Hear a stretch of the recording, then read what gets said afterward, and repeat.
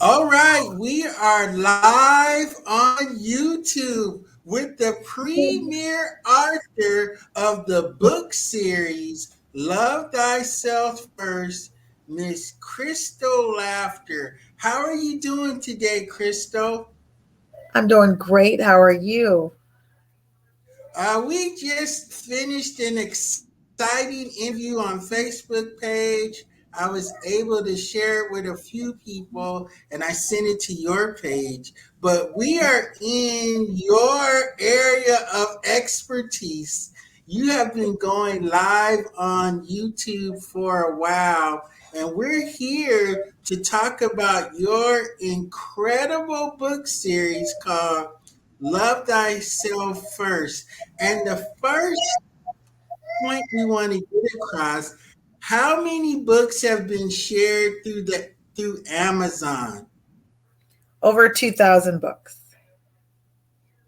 What? Say that Yeah. again? Over 2,000 books. And that's not including the KDP. I mean, not the KDP, but like people who have subscriptions to Amazon, who pay for, the thing, they can read your book through that too. So it's not even including that because I get, multiple, books read through that daily through that too. So yeah, lots of books, Wow. lots of people reading. A lot of people are reading. So let's Yeah. go through this Love Thyself First series. Let's talk about your first book and why did you write that first book?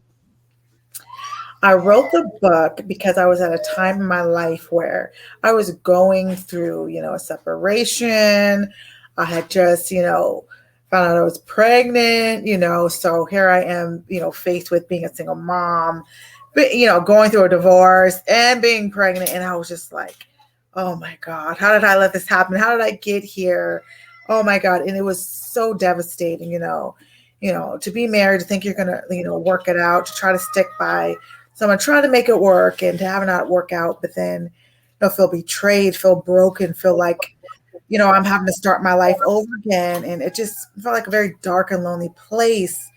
And I really, I had a choice to either fuel that energy into something positive or to let it just like take me down like a dark, path that I didn't want to go down. So I chose to turn into something positive. And really, I had the goal of just helping one person. If I could reach one person to encourage them, to let them know they're not alone, and just to give them some hope, that would be enough. So that was my focus. That was my goal. And so I put everything into that, all my energy, all my spare time. When the kids were sleeping, I would be up to like 3 o'clock in the morning, writing the book every chance I got. And it just really gave me, a place to just let out that pain, let out, everything. I got to go back through the scenarios, through my relationships, and and take everything that I had learned, the hard lessons, the painful lessons, to be like, okay, this is going to help somebody else not go through this. It's going to help somebody heal, and it's gonna have a purpose. My pain is going to have a purpose. So that was the goal with that first book. Oh man, that is so good. Can you tell us, can you share with everyone on YouTube, like people that email you, people that contact you through your Mhm. different places like Instagram, Messenger? What is it like to get those great reviews and just people wanting to get in contact with you and connect with you? It's very humbling because I don't take it lightly and I don't take it for granted that someone would trust me with their story, and just, have that confidence in me to reach out. So I take it very, I take it to heart. And so I'm very grateful because it lets me know that, hey, I am making an impact, that people are being touched, and it puts like a face or just a story behind the numbers. Cause I'm like, okay, I see it selling every day. And I'm literally like, who are these people buying this book? I don't know, and I'm like, I want to know who these people are. Like, I genuinely want to know. And so when people reach out to me, I'm like, oh, okay, these are the people who are reading my books, and some of them will write those stories, in detail, tell me what they're going through, things like that. And some people literally just say thank you, and I'm like, oh, it's so precious, you know what I mean? So it's just very humbling. I'm very grateful, and it means a lot to me. Can you touch on even some of your readers are sharing your book with their mental health specialist or their professional mental health person? Can you Mm. kind of touch on that a little bit? Yeah, I received the last DM I received on Instagram.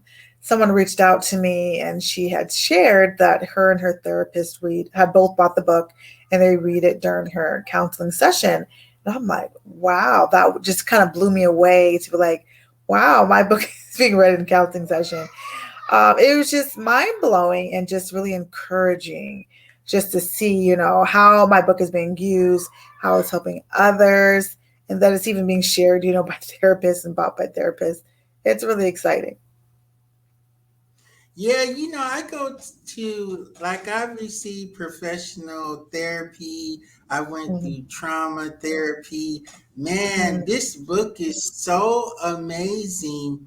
Thank And you. I don't use Instagram, and I keep hearing you say Instagram. So, can you Mhm. kind of share the different platforms that you're sharing information on and receiving information on? Yeah, so the places where I'm most active are YouTube and then Instagram.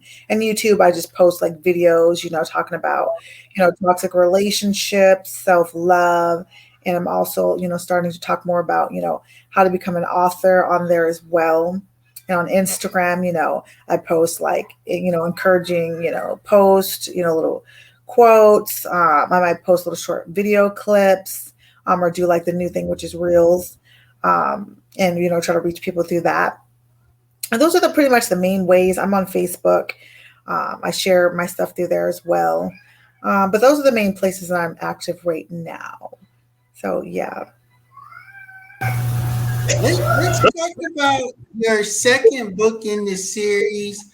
What did Mhm. you title it, and what are you feeling the success from your second book in your series? Okay, so let me so actually there's right now there's 3 books in the series. But the main content, like, oh, okay, so this is the Love Yourself First. Okay, we go. And then so I have the Love Yourself First book. That's the first book. And then I did the Love Yourself workbook. So it's a workbook. And then there's the affirmation journal. So those are like companion to the Love Yourself First. And then I'm going to be working on the second like book, which is Love Yourself Again, which is the continuance of the Love Yourself First original book. So that'll actually be the 4th book in the series, which I'm really excited about. And it's called Love Yourself Again: How to Set Standards, Create Healthy Boundaries, and Stop Being a Doormat. And it's pretty much self-explanatory what the title says. I'm going to be talking about those things and really going more in depth on self-love. What does it look like?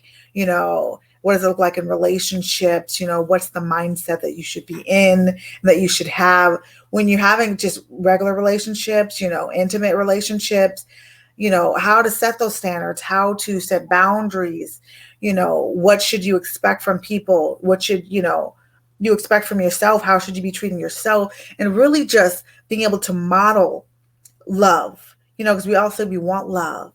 But like you teach people how to treat you. So you are that first model and example of love. So you are showing people how you're supposed to be treated by the way that you're treating yourself. Let's talk a little bit. Let's talk on 3 points, and you just touch on them lightly because we want them to get all your books and follow you. Let's Yeah. talk about healthy boundaries. What does that look like, and what does that feel like? Healthy boundaries, if I could really just sum it up to one word, would be respect.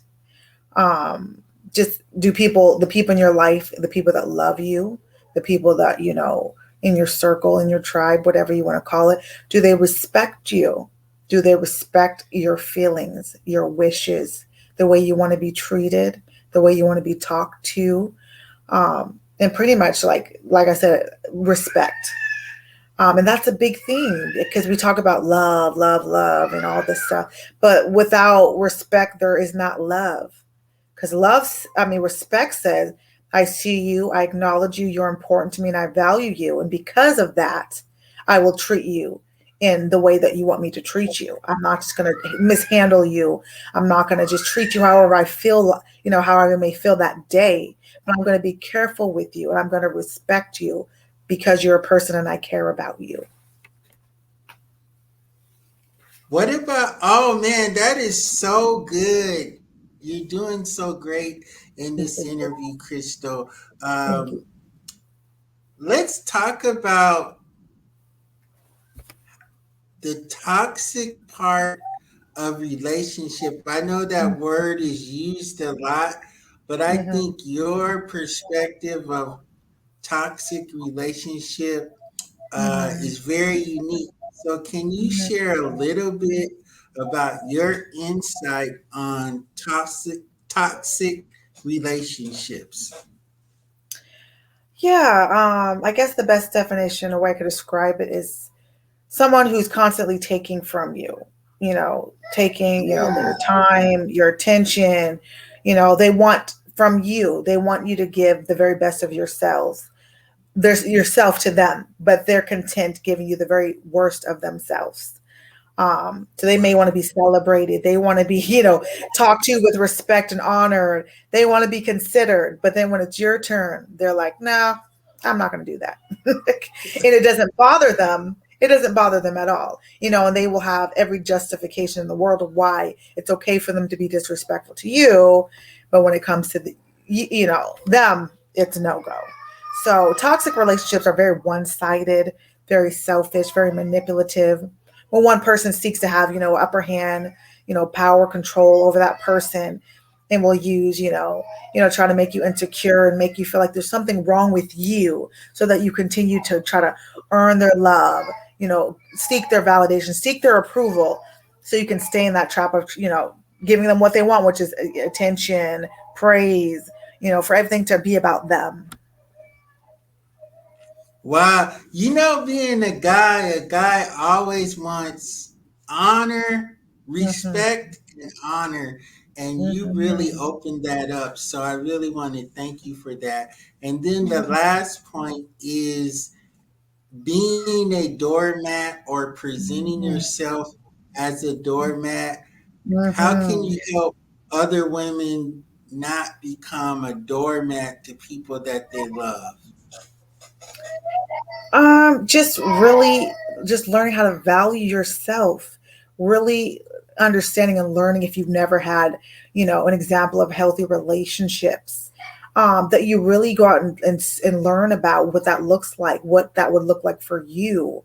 To learn that loving people doesn't mean, letting them mistreat you, that giving somebody more of what they don't appreciate won't make them appreciate you more. Because I think we accept this thinking, okay, they're not at their best right now, they're not treating me right now, but if I keep loving them, if I keep being patient, if I keep forgiving them, oh, I'm gonna, win their heart, I'm gonna win their love, and they're gonna one day they're gonna wake up, they're gonna be like, oh my God, you were there for me, you did this, I love you, and just pledge their undying love for you. And that's not how it works. The more that we give to people who just respect us, dishonor us, the less they love us, the less, they value us, because we're saying, okay, here, treat me any kind of way, whatever, I'm still going to love you. I'm still going to, be faithful to you. And you're really taking away any motivation that that person will have to change by continuing to stay there.